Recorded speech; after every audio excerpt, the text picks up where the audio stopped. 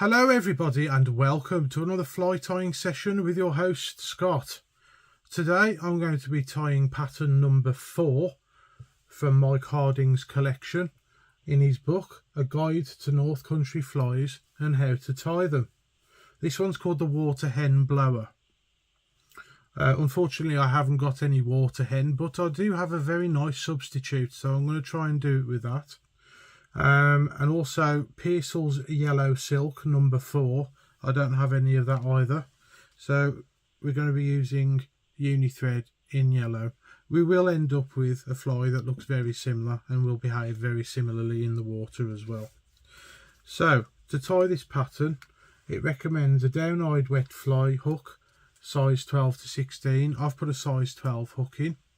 This is a Camazon B405 in size 12.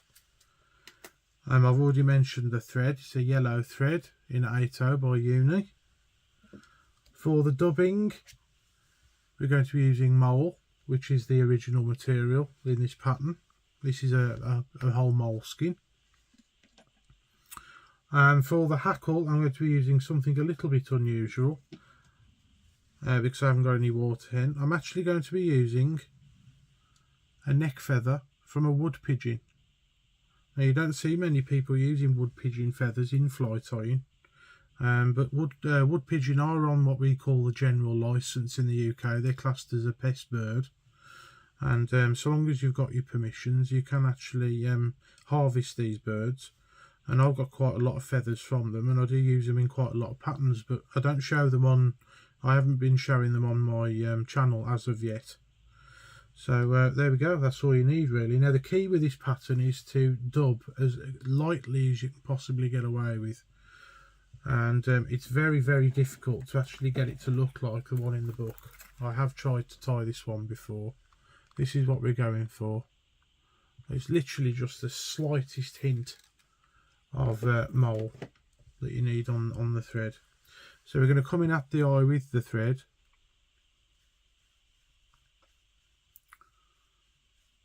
And again, this on the picture, the body is tied short. I'm going to be using the whole of the hook again.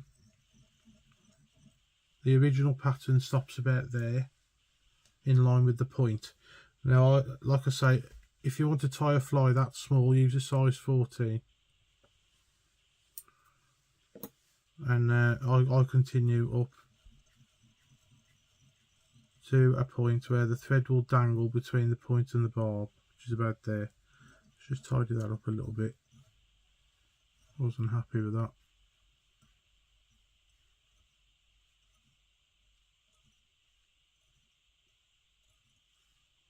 There we go. Now this is the hard part, really. You're trying to dub this very lightly. So you just want to take a very small amount of this fur and add it to your thread. Now if you've got some wax, I'd use that. That might help you out a bit with it.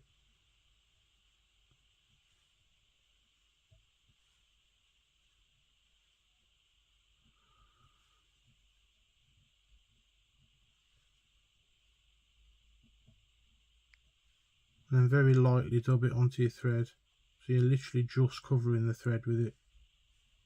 You want the yellow to show through, that is for sure.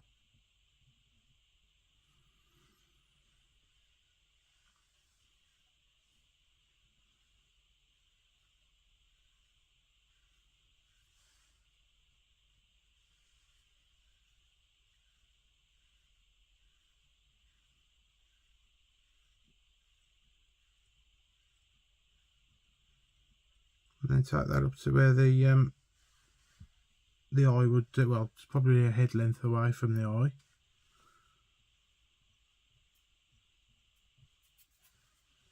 If you think you've got a little bit too much, you can brush a little bit of it out and remove it.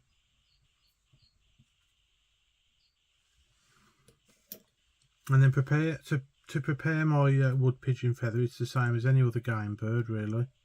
You want to remove your fluff.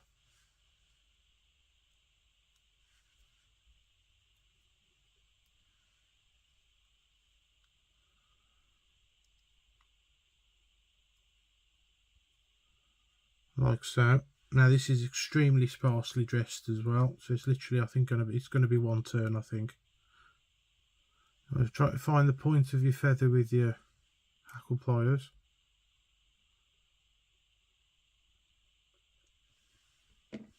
Pull the fibres back.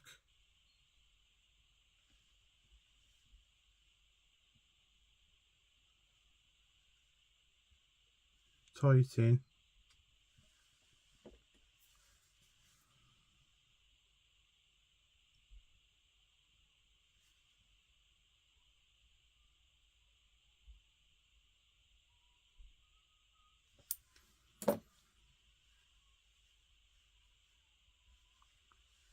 And then get your hackle pliers again. I like to use these pliers though. And then whatever's left of this feather I'm probably going to put on actually.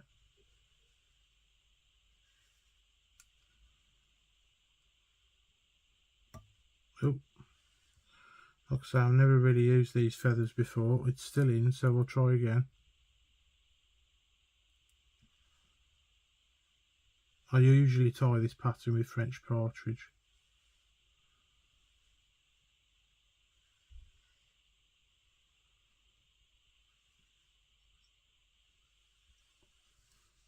There we are, and then tie it in.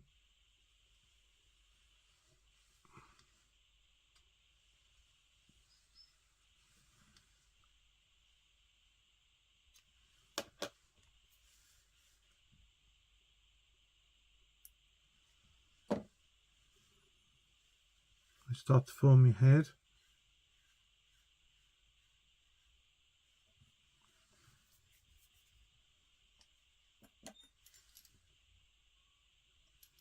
There's a lovely iridescent green sheen to these feathers, and I think that might actually make this pattern look quite nice. So I suppose technically it would be called the Wood Pigeon Blower, but there we are. Now the bird I'm referring to when they say water hen is actually the moor hen or the coot. You can use either, I believe. And just get your brush.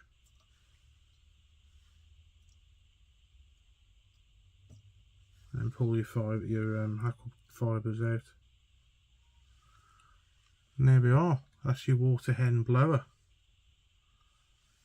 Let's give it a quick dab of varnish on the head.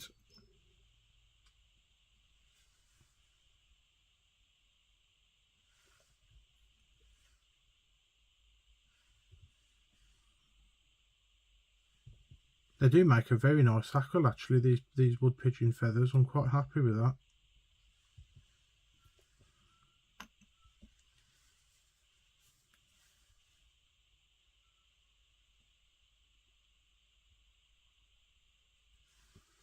Just got rid of that. There's a little bit of mole fur I think stuck in the varnish.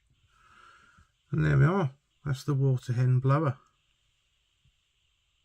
As best as I can do with what I've got anyway. And that's what we were going for.